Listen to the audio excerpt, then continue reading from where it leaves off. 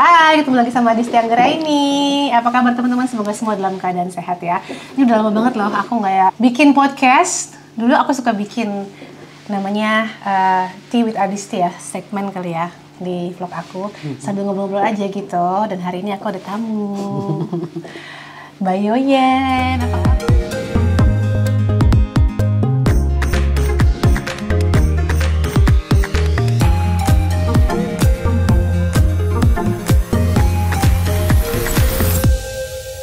Sambil ngeteh, apa kabar Mbak Yoyen? Baik, Ya. baik. Coba dong Mbak, perkenalkan kepada penontonku. Oke. Mbak Yoyen ini adalah apa ya Mbak ya? Teman, iya, senior. Aduh, rambut jauh banget. Kakak bukan? Terus senior tuh udah lebih lama tinggal di Belanda Iya. gitu daripada aku. Kita kenal karena Mbak Yoyen sama-sama senang nulis. Aku juga. Mbak Yoyen ini lebih lama berkecimpung di dunia tulis-menulis. Dulu tuh ada namanya blog ya, untuk yang baru tahu. Sebelum ada vlog itu ada blog. Iya. Mbak Yoyen aktif menulis di blognya. Iya. Masih nggak Mbak? Tulisan terakhir tahun lalu sih, anggot-anggotan. Dulu satu minggu bisa nulis 1 atau 2 post. Iya. Terakhir sekali per kuartal, per 3 bulan. Iya lumayan. Tapi aku pengen sih mulai. Lagi dong mulai Mbak. Iya. Tenang aja, kalau nggak ruwet. Kabar buat ya. Mbak Yoyen ini namanya sebenarnya Lorraine ya. Iya. Lorraine Mbak, bukan Ya, Laurent. seperti Kiss Loren. Kiss Lorraine. Oh. Tapi dipanggil nama akrabnya Mbak Yoyen. Ayo, pasti ada nih dari yang nonton juga jadi followersnya Mbak Yoyen di Twitter. Biasanya gitu ya, nulis blog panjang, terus sosmed yang paling disukai pasti Twitter ya. nomor 1. Sekarang X ya. Iya. Apa namanya Mbak akunnya? Yoyen. Yoyen juga. Kan Instagram itu Yoyen ada angka-angkanya ada ya nggak sih Mbak? Itu yang Instagram aku. Oh. Karena Yoyen di Instagram udah dipakai orang. Jadi Oh, iya? ternyata Yoyen itu nickname-nya Heeh. biasa untuk orang Filipina, untuk Pinoy. Oh ya? Awal-awal aku aktif di Twitter, aku banyak diajakin bahasa Tagalog. Aku bilang saya orang Indonesia bukan orang Selamat po, Filipina. gitu. Ya, aku bilang ya mahal kita. Mahal kita ya. Tapi mereka nggak percaya, kamu namanya Loren kok. Terus account handle-nya Yoyen, ya tapi bukan, saya orang Indonesia asli. Aku bilang gitu. Ya masa iya ya Mbak? Bohong. Dulu tuh aku kan pernah tinggal di Dubai ya. Di Dubai itu banyak banget orang Filipina kan. Filipin ya, Pinoy. Jadi kalau misalnya aku ke toko kemana aja lah, pokoknya pasti mereka nyapanya dengan bahasa Tagalog kan. Iya. Langsung duduk gitu. Terus kalau aku bilang, oh sorry I don't speak Tagalog, kayak supaya sopan ya, aku nggak bilang I'm not Filipino. Jadi I don't speak your language, I don't speak Tagalog.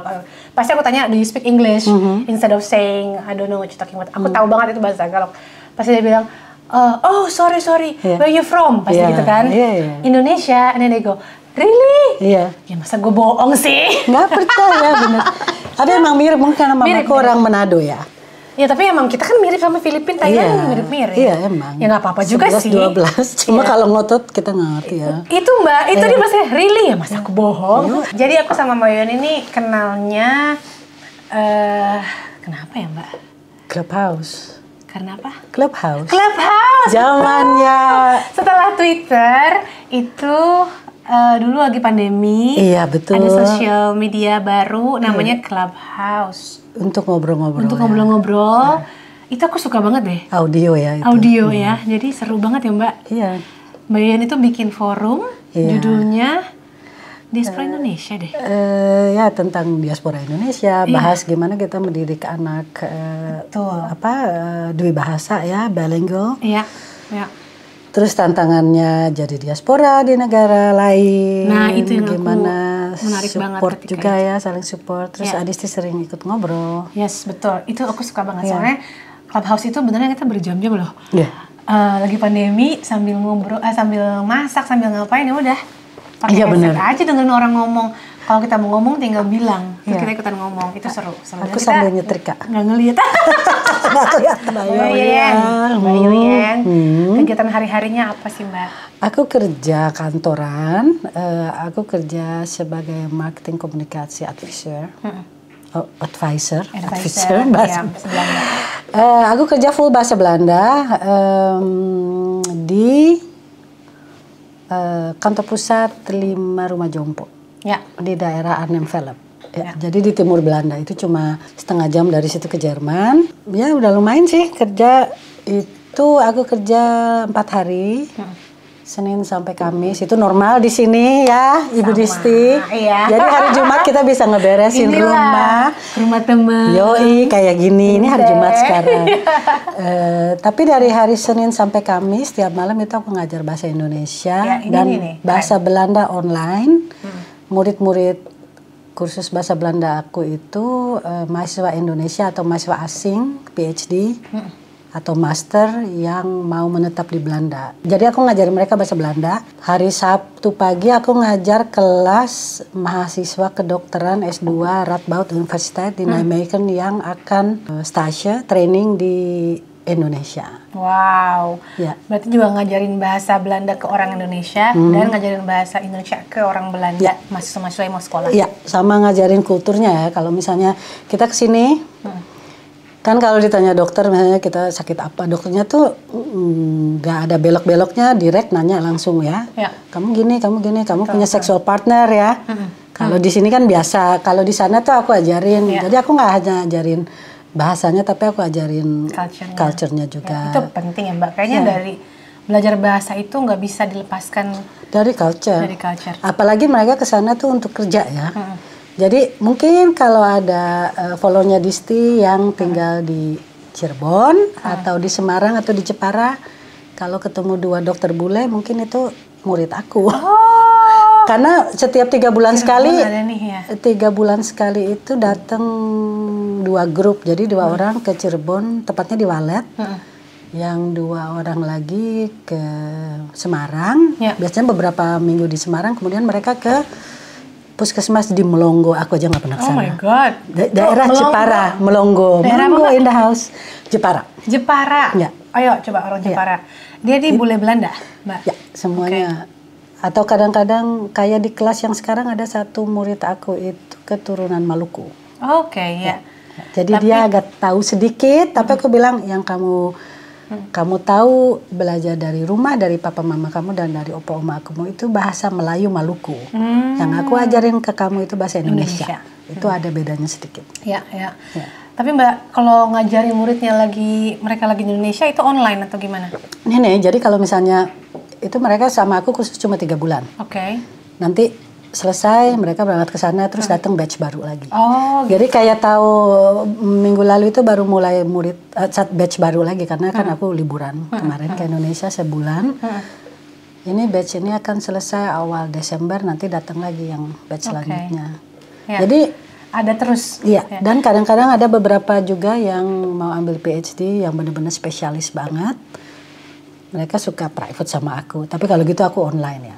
Ya. Tapi Mbak tadi 3 bulan itu kalau cukup belajar bahasa?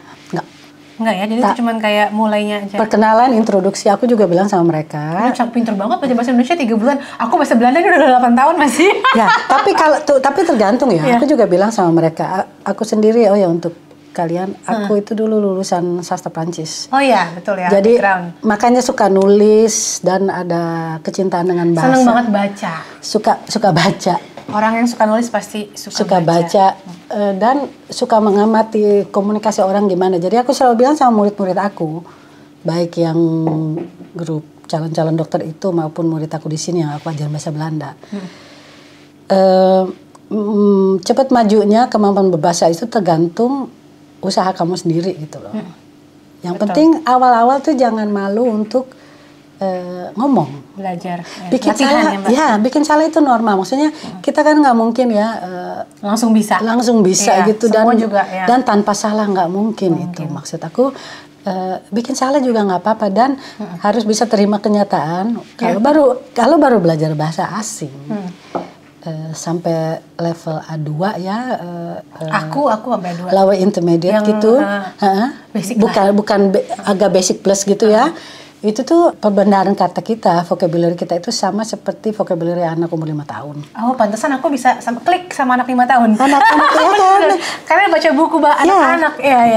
Karena itu salah satu hambatan orang yang pendidikan udah oke ya di bahasanya sendiri dan belajar bahasa asing lagi di usia dewasa. Jadi dia ngerasa terbatas gitu. Aduh, gue mau ngomong ini, tapi kok terhambat ini. Jadi nggak pede juga sih Mbak. Ya. Lebih ke nggak pede ya. Iya.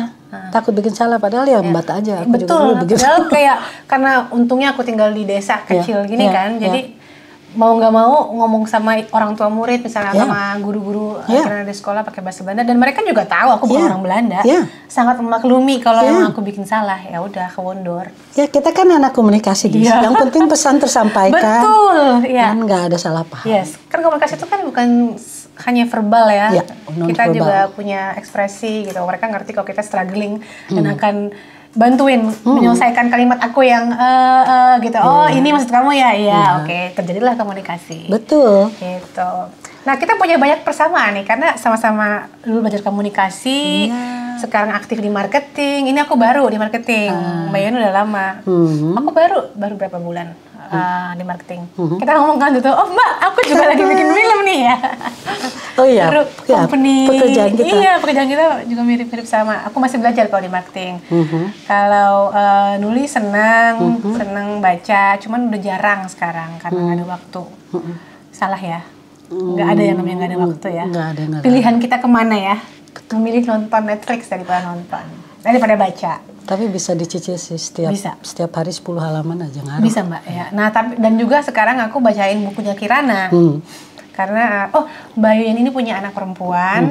Julia umurnya udah 24 dan dia lancar bahasa Indonesia. Karena itu aku juga approach Mbak Yuyun kayak belajar ya supaya tetap istiqomah ngajarin Kirana bahasa Indonesia sampai dia seumur Julia lah. Ya. Tantangannya apa Mbak? Ada kan sebagai guru bahasa, Mbak. Sebagai guru bahasa sekarang mempraktekkan ke keluarga gitu, ke anak. Waktu dia umur 10 tahun, hampir umurnya Kirana ya. Dia tuh kayak dia kayak males gitu loh. Oh, kenapa ada nih Mbak ya? Ada masa-masa karena dia mengidentifikasi dirinya tuh sebagai bule ya. Orang Belanda. Maksudnya aku kan nggak perlu ngomong gitu, tapi aku bilang oke, kalau kamu nggak mau ngomong, aku ngomong gitu, kamu jawabnya bahasa Belanda nggak apa-apa. Iya. Oh tapi dari 0 sampai 10 dia mau bahasa Indonesia ngomongnya? Ya. Masih ada. Walaupun kecampur-campur, tapi waktu umur 10 tahun tiba-tiba aku nggak mau bahasa Indonesia lagi. Waduh. Kirana, kalau kamu nonton ini. Tapi setelah dia SMP dan kita sebisa mungkin tuh 2 tahun sekali ke Indonesia ya, nggak tiap tahun. Selain untuk adalah filosofi tersendiri aku dan semua, aku nggak mau tiap tahun ke Indonesia karena pengen kasih lihat yang lain juga. Yes. Dan mungkin Disti juga tahu ya, kamu kalau liburan kan anak-anak bisa dapat teman baru di sini. Nah kalau di sana selain liburan juga kunjungan keluarga kan. Betul, itu tantangan kita ya, tadi sebelum kita syuting juga udah diomongin. Kita udah ngomong. Jadi begitu dia SMP terakhir SMA, dia baru nyadar gitu, walaupun sama sepupu-sepupunya yang dari Indonesia tuh akhirnya ngomong full bahasa Inggris, tapi aku bilang ke ponakan aku di sana, tolong bahasa Indonesia aja. Jadi kemarin kita ke Indonesia, dia udah pede-pede aja gitu, jalan sendiri. Aku kasih portable wifi. Ya kalau ada apa pesen Grab bisa pesen Grab. Bahkan kita ke Singapura, dia tuh kok itu bahasanya bahasa Indonesia, itu bahasa Melayu sayang. Oke. Ini kalau misalnya ada teman-teman di Indonesia yang mau pindah ke Belanda atau udah di Belanda baru pindah dari Indonesia ke Belanda, punya anak kecil. Gimana sih cara mulainya Mbak? Karena aku juga sering ditanya kan, gimana cara ngajarin bahasa ke anak? Aku pakai metode OPOL ya, One Parent One Language. Iya, itu jadi paling sering aku dengar juga. Jadi konsekuen gitu. Jelaskan Mbak bagaimana? Yang penting itu orang tua itu memakai bahasa ibunya komunikasi dengan anak. Yes. Jadi kalau orang Indonesia tapi bahasa ibunya bahasa daerah, kalau mau ajarin bahasa daerahnya dulu daripada bahasa Indonesia. Oh, iya. Dan sama orang tuanya yang bahasa Belanda, papanya atau mamanya, itu bahasa Belanda. Karena biar gimana itu perlu ya menurut aku, karena anak-anak Belanda kan dari kecil, dari umur 2,5 udah bisa ke playgroup untuk bisa sosialisasi sama anak yang lain. Aku sempat kaget juga waktu anak aku itu ke playgroup, aku jemput dia 1 hari, terus gurunya bilang, Mevrouw, kursi artinya apa sih? Oh ya, kursi. Tempat duduk gitu ya, bahasa Belanda ke Belanda tempat duduk. Kenapa? Ya Karena tadi anak kamu tuh bilang gini, come here, imut dar kursi duduk. Dari kursi ya. Dari kursi, iya benar-benar. Ada juga lucu nih Mbak, karena kan orang tuanya Aaron juga ya Indo kan ya, campuran aja. Nah Aaron itu sama adiknya Rolf tahunya ini tuh bukan oksel, kelek. Ya. Dia kan bilangnya taunya nih kelek gitu, bahasa Belandanya oksel, armpit. Terus dia ke sekolah selalu ngomong, ya main kelek, pokoknya sama gitu kayak sakit apa main kelek. Kata bu gurunya, what is that now? Apa itu? Itu bukan kelek, itu oksel. Nih, itu kelek dia. Karena dia nggak pernah tahu lagi ibunya, mertuaku itu kan juga Sunda ya. Jadi dia bilangnya itu kelek kamu, semuanya bahasa Belanda, tapi dia baru tahu pas mereka pulang, ya mungkin umur segitu ya Mbak ya, 3-4 tahun gitu. Lucu. Mereka kecewa kalau itu bukan bahasa Belanda, bukan juga bahasa Indonesia. Kelek. Ya gitu, ketiak. Ketek bilangnya. Kalau dicepetin. Ya. Tapi Mbak pernah nggak sih merasa nih, aku sering dengar dari teman-teman kan Mbak Yon udah lama di sini ya. Berapa tahun Mbak? 30 tahun. Aku kesini dari tahun 95. Asli, ini aku masih SD. Nah, aku kan baru mau 8 tahun nih Ini Agustus loh. Udah lewat. Pas 8 tahun. September. Aku ingat dapat visa soalnya 18 Agustus habis hari kemerdekaan dapat. Terus berangkatnya September 2017. Aduh, iya benar. Itu iya benar ya. Berarti, my god. Oh my god. Jadi masih baru lah. Nah, yang baru-baru ini sama nih, masih kayak aku nih, kayak bingung gitu kalau misalnya mau ngajarin anak bahasa Indonesia tapi juga pengen belajar bahasa Belanda kan. Pasti adalah di hati itu kayak, aduh gue juga pengen belajar bahasa Belanda, pengen cepet bisa latihan ke anak gitu. Nah, salahnya anak-anaknya malah jadi ngikutin kita. Maksudnya? Jadi karena kita masih belajar, masih level belajar. Jadinya jadi broken Dutch gitu lah Mbak. Nah itu tuh banyak kasusnya di teman-teman aku yang anaknya juga ngomong bahasa Belandanya asal, bahasa Indonesianya juga nggak ngerti. Bahasa Inggris, kadang-kadang malah campur bahasa Inggris karena YouTube kan. Tapi justru itu pentingnya untuk konsisten dan konsisten. Benar-benar. Konsekuen. Jadi yang aku bilang di kasus kamu gini, kamu sama Kirana, kalau kamu ngerasa agak takut nanti Kirana bahasa Belandanya behind gitu ya. Kamu mesti konsekuen dan konsisten bahasa Indonesia terus ke dia, dan Ernst bahasa Belanda. Iya benar. Ini yang kita selama ini sampai sekarang masih lakukan gitu. Dan jangan takut kemampuan bahasa Inggris anak Belanda itu. Berarti aku udah bener nih ya. Tapi bener kan? Kirana oke bahasa Indonesianya. Kirana oke. Anak aku juga bahasa Inggrisnya itu sejak lulus SD langsung lancar aja gitu. Pasti bisa ya. Dia sempat Amerika, sekarang dia udah kuliah, sekarang dia British English. Tapi itu dapat di sini karena kan ujiannya Oxford. Emang aku nggak pernah khawatir sih, karena juga suamiku bilang gitu, Ernst bilang nanti Inggris aja. Bahkan kalau ketiga lah itu ya. Bahkan kalau aku dengar dari cerita dari suami aku dulu, suami aku juga orang Indo Belanda ya, bukan Belanda asli. Makanya kita banyak banget kesamaan. Suami aku datang ke sini umur 4 tahun. Waktu itu masih bisa bahasa Indonesia, bahasanya agak pudar, bahasa Belandanya, dan bahasa Jermannya lancar karena kita tinggal di perbatasan. Gitu. Di Belanda itu dekat banget sama Jerman ya teman-teman. Bahkan ada satu apa sih itu kota bukan sih Mbak, Bernasau? Bernasau, tapi itu di bawah ya, yang dekat Belgia. Mbak yang timur. Aku timur atas, tengah. Karena kan begini, aku bisa naik sepeda kalau mau. Ke Jerman. Di atas tanggul gitu. Segitu dekatnya maksudnya Belanda sama Jerman tuh, makanya banyak orang Belanda yang bisa bahasa Jerman. Karena waktu kecil juga Aaron suka nonton show di TV itu banyaknya TV Jerman nyampe sini. Bahasa Jerman ya. Jadi banyak yang ngerti bahasa Jerman, dan di sekolah juga ya Mbak ada pilihan dapat. Apa tuh namanya? Kalau di Indonesia Mbak? Jerman sama kayak muatan lokal gitu ya. Muatan lokal ya. Inggris wajib ya. Pilihannya antara Jerman sama Perancis. Tapi kalau misalnya SMA-nya yang tipe Atheneum atau Lyceum itu ada pilihan lagi, mau belajar bahasa Yunani atau bahasa Latin. Tapi nanti itu kapan-kapan kita ngobrol tentang pendidikan di Belanda. Karena aku sempet, pasti. Karena aku sempet ada yang bilang bikin dong Kak vlog tentang pendidikan di Belanda. Nanti ya. Pas banget, nanti kita akan bahas. Catat biar nggak lupa. Oke, tadi soal background ya, udah kenal ya sekarang ya siapa Mbak Yoyen, di bidang apa pekerjaannya. Tapi Mbak Yoyen ini sibuk banget ya, jangan harap, karena aku juga pernah nanya Mbak mau nggak ngajarin aku bahasa. Aku mau les gitu, Tapi dia udah banyak banget muridnya dan di samping pekerjaan ngajarnya juga ada pekerjaan yang lainnya. Jadi kalau kamu juga berminat, mungkin Mbak Yoyen bisa bikin konten bahasa. Kapan-kapan. Kapan-kapan. Iya, nggak bisa janji dia soalnya. Karena ada banyak hobi lain juga. Iya. Ya, nah sekarang aku pengen nanya kegiatan di media sosial. Dari semenjak pernah nge-vlog, terus aktif di Twitter. Ngeblog. Ngeblog. Aku nggak punya vlog. Belum. Aduh. Blog dan Twitter. Nah, karena udah lama di Belanda juga 30 tahun, terus pasti nulis juga udah lama ya Mbak. Kapan tuh bikin blog masih? Sebenarnya aku nulis zaman waktu itu internet masih 2.0, masih 2. Tahun berapa ya? Aku nggak. Zaman Friendster 2004. Oh ya ampun, aku masih baru lulus SMA.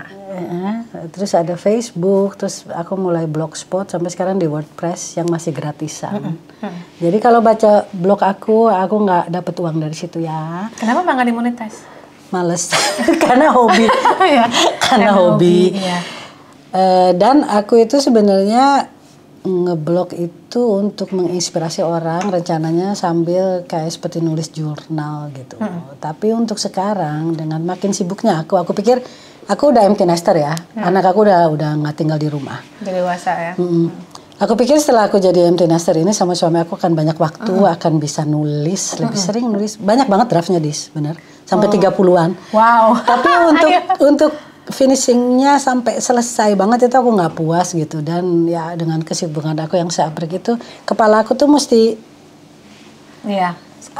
mesti kosong dikit untuk bisa nambah lagi ya. Karena nggak tahu deh, mungkin ada yang pernah baca blog aku ya, tapi aku kalau nulis itu beneran gitu. Yes, ya. Oke teman-teman, tadi kita udah break, sekarang lanjut lagi. Tadi udah ngomongin soal profilnya Mbak Yoyen, kegiatan sehari-harinya. Nah, aku juga pengen ngobrol sama Mbak Yoyen nih, soalnya kan Mbak Yoyen ini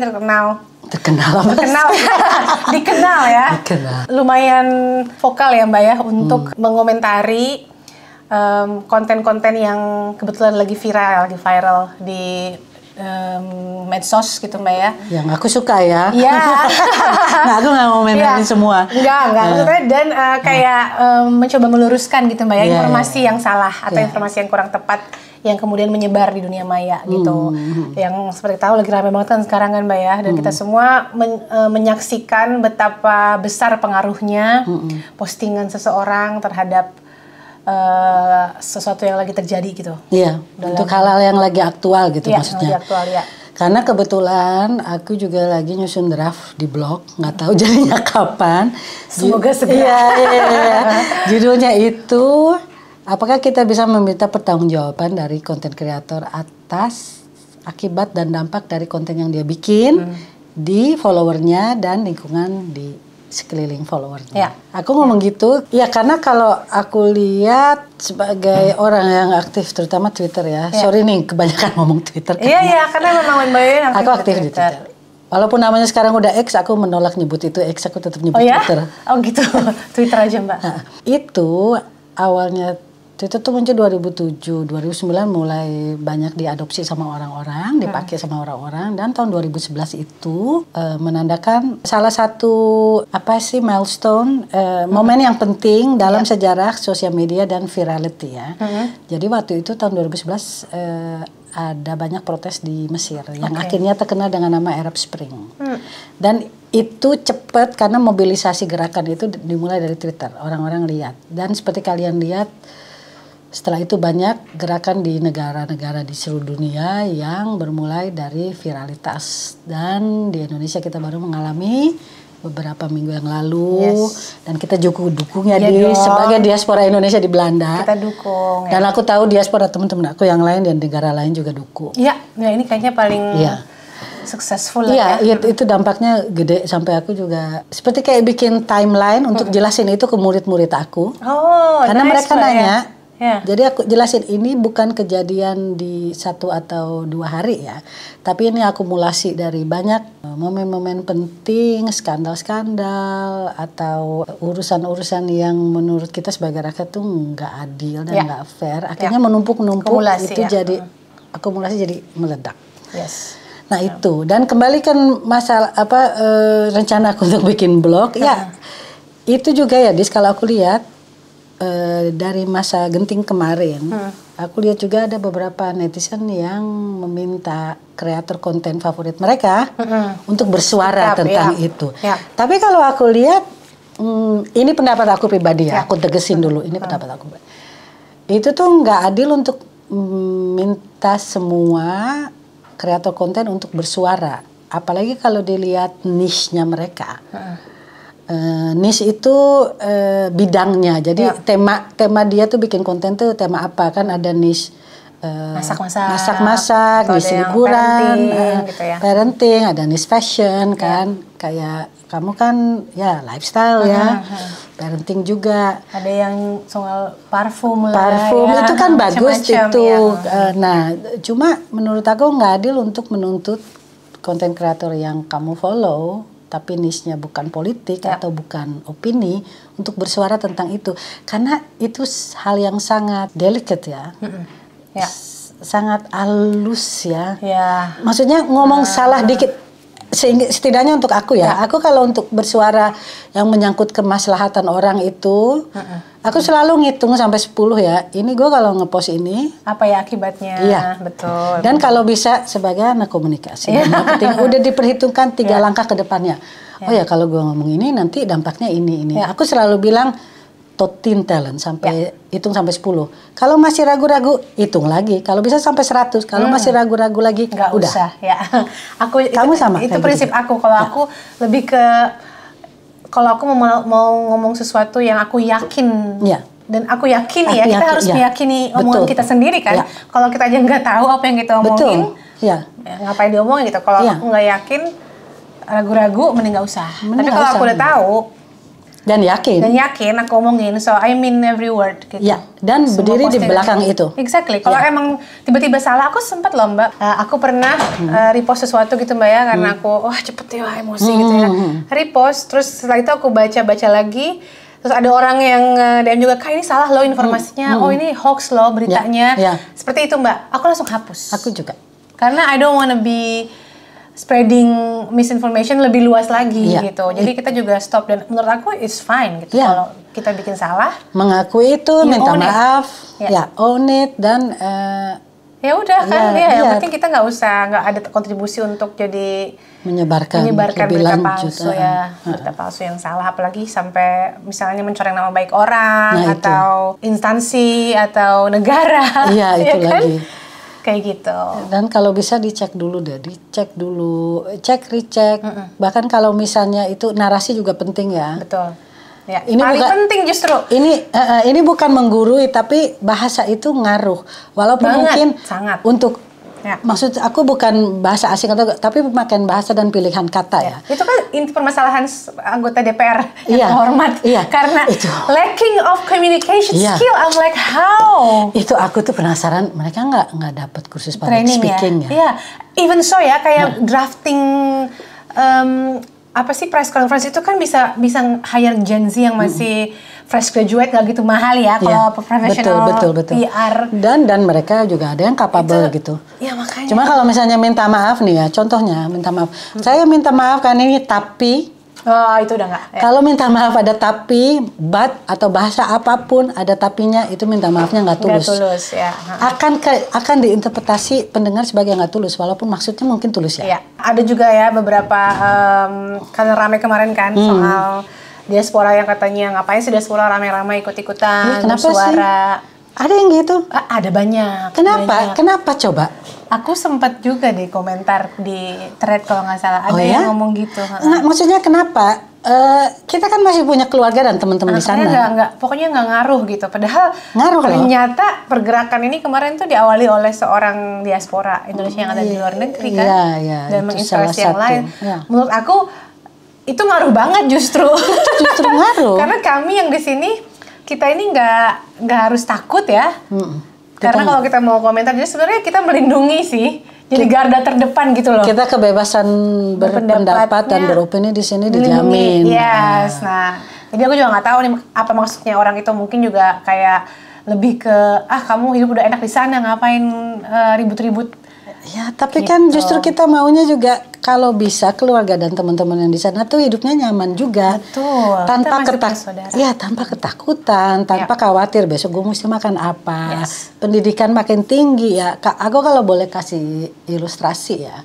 Aku tinggal di sini dari tahun 95. Aku ngerasain Indonesia setelah Orde Baru turun.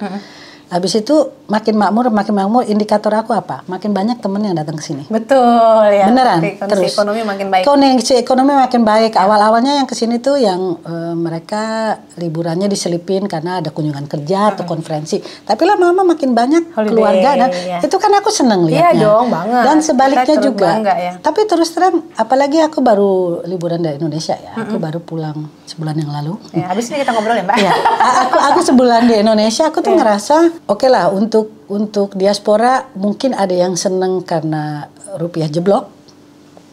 Ya, seneng nggak seneng ya Mbak. Ada yang seneng, tapi aku tuh malah miris loh. Maksud aku gini, oh gila ya, ini kemana-mana sih dampaknya. Iya, maksudnya ini tuh kerja dengan fisik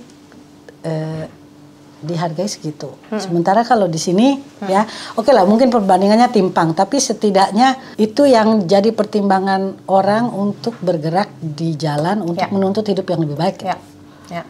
Itu yang aku nggak ngerti kenapa kita berempati tapi malah pagernya dijagain istilahnya gitu. Ya, nerusin yang tadi Mbak Yan juga sempat bilang soal maksa-maksa atau kayak kenapa sih si A, B, C nggak speak up. Terus juga banyak yang akhirnya nih beberapa orang yang speak up yang tadi nggak pernah speak up sama sekali, yang bahkan niche-nya juga bukan ngomongin lifestyle, bahkan yang ngelawak-lawak bikin konten lucu, akhirnya mereka speak up masih dijulitin juga. Oh iya? Ada. Jadi aku bilang lebih baik terlambat daripada nggak sama sekali. Udah bagus itu orang mau speak up gitu kan, kita hargai itu. Tapi tetap juga ada yang bilang ngapain sih ikut-ikutan gitu. Terus salah lagi. Kenapa sih? Ya, tapi juga ada memang aku setuju yang tadi kembali ke prinsip awal yang aku bilang kalau mau ngomong sesuatu setidaknya riset dulu. Kecuali kalau memang soal hari-hari lah ya yang nggak perlu. Itu ya. Nggak ada impactnya lah Mbak ya. Nggak ada impactnya. Cuman kayak sharing anakku ngapain misalnya gitu. Nggak ada impactnya kan. Kecuali kalau sampai aku bikin konten yang aku bilang misalnya aku nggak yakin nih. Opini kamu dijadiin fakta. Misalnya aku pengen ngomongin suatu sekolah yang tadi aku bilang ya soal pendidikan. Aku belum yakin, aku nggak akan bikin konten kayak gitu. Because I don't know. Kalau udah tahu atau ada sumbernya dan aku ngalamin sendiri kayak anak sekolah dan juga aku nggak menggeneralisir ya. Jadi aku akan bilang ini pengalaman pribadi. This is what happened, this is what I chose. Nggak semua orang di Belanda seperti itu misalnya. Betul. Gitu. Representing myself lah. Iya, itu penting karena itu juga yang jadi kadang-kadang gemes ya. Pemilihan katanya mungkin ambigu, maksudnya kembali ke komunikasi nih Mbak ya. Iya, pemilihan katanya ambigu atau nggak terlalu jitu ya, jadi interpretasi orang tuh bisa macem-macem gitu. Ya emang sih ada teknik-teknik tertentu ya kalau mau mempengaruhi orang tuh adalah kita tahu lah ya. Tapi maksud aku kadang-kadang ini tuh kenapa sih ada beberapa yang kayak memperkeruh suasana atau ini apakah dia cuma nyari klik gitu karena dan udah dibilangin sama yang lain tapi tetap terserah sih konten-kontennya dia tapi untuk orang yang ngerasa tahu ya gemes sementara ya akhirnya balik-balik bisa setuju untuk nggak setuju agree to disagree atau akhirnya the truth is elastic. Elastis. Itulah makanya Mbak ya kenapa orang disebut influencer ya, kayak mereka bisa mempengaruhi orang gitu. Karena ada beberapa yang apapun yang diucapkan oleh influencer ini diikutin aja karena just because of this person gitu. Ya, membabi buta. Ada kan yang gitu ya. Gitu. Itu menarik sih untuk diteliti ya. Silakan kembalikan ke anak-anak mahasiswa yang mau meneliti. Tapi contohnya juga ya tentang influencer atau apalagi travel influencer ya. Kita yang tinggal di Belanda ini kita kalau liburan ke negara-negara di Eropa kita kan bukan ngikutin sih, kita memilih tujuannya tuh sesuai dengan apa yang orang sini tahu ya. Nanya-nanya pengalaman orang. Tapi kalau lihat orang Indonesia yang jalan-jalan ke sini juga Ya. kayak ada oh ya ini harus ke sini harus gini. Iya, ada Ngerti targetnya Mbak, betul-betul. Yang iya. Enggak, maksudnya karena itu salah satu hasil dari influence-nya, pengaruhnya travel Para traveler yang bikin konten Indonesia. creator. Iya, bener ya. Iya, lucu ya. Iya. Itu aja tempatnya jadinya ya. Nggak apa-apa sih ya, ini bukannya kritik Iya, ya. nggak apa-apa. Ini Cuma cuma kita salah satu mengamati contoh. ya. Cuma salah satu contoh Iya, gitu. iya, Karena iya. waktu itu adik aku datang ke sini, terus aku bawa di Belanda kan, terus dia bilang gini, gue nggak akan share Karena tempatnya di mana. nanti jadi ramai. Jadi jagain pagar dia, gatekeeping. Iya, benar-benar itu Iya. juga ada di Indonesia juga sama ya kayaknya. Sama ya. sih sebenarnya. Yang betul. Kayak sebenarnya tuh banyak banget tempat yang bagus-bagus ya, cuman yang kesannya nggak ngonten aja gitu. Betul.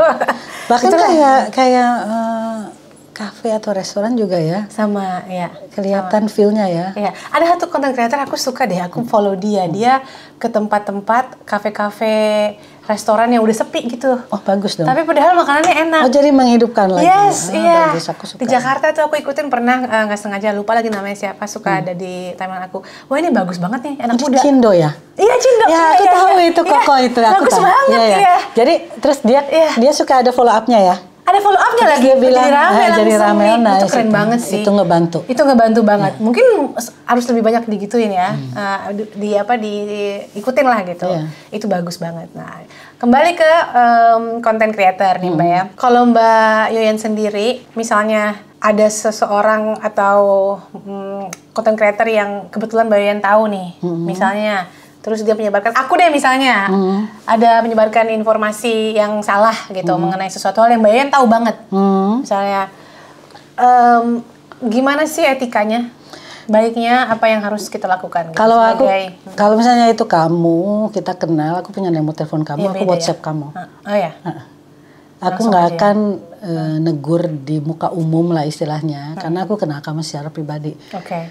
Dan negurnya juga, menurut itu kamu bikin konten kayak gitu ya, tapi ini infonya Benar. baca deh gitu. Nah, ya itu kan enak ya kalau Betul. begitu ya. Ya. Tapi mungkin nggak semua orang bisa Bisa terima. terima. Aku soalnya sering dapat message kayak gitu. DM.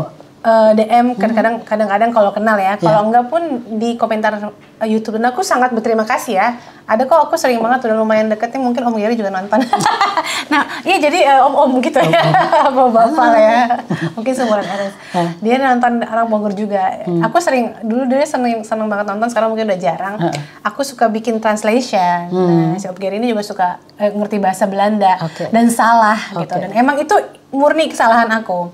Jadi misalnya aku translate herfst jadi musim semi gitu kan salah tuh. Cuman karena emang salah gitu. Tapi kan menyebarkan informasi yang salah ke penonton.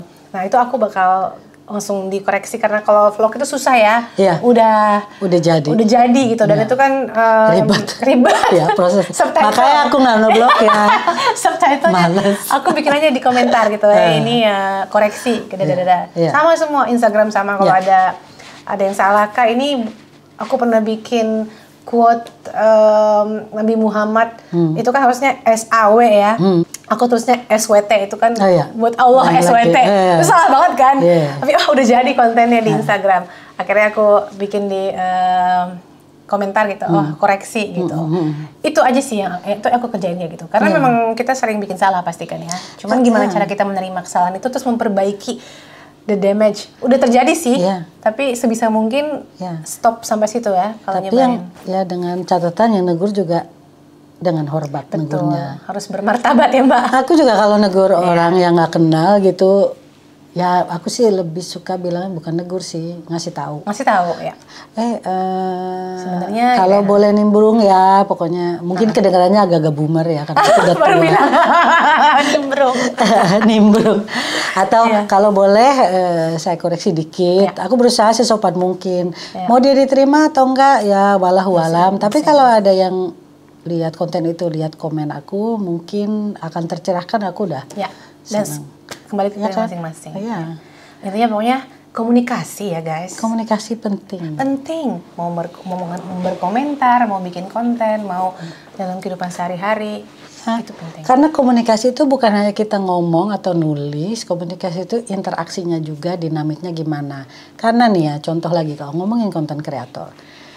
Kalau kesan satu sosok konten kreator itu udah jelek di publik, apapun yang dia bikin, persepsi publik itu akan negatif. Ya. Walaupun siapa tahu kontennya benar ya.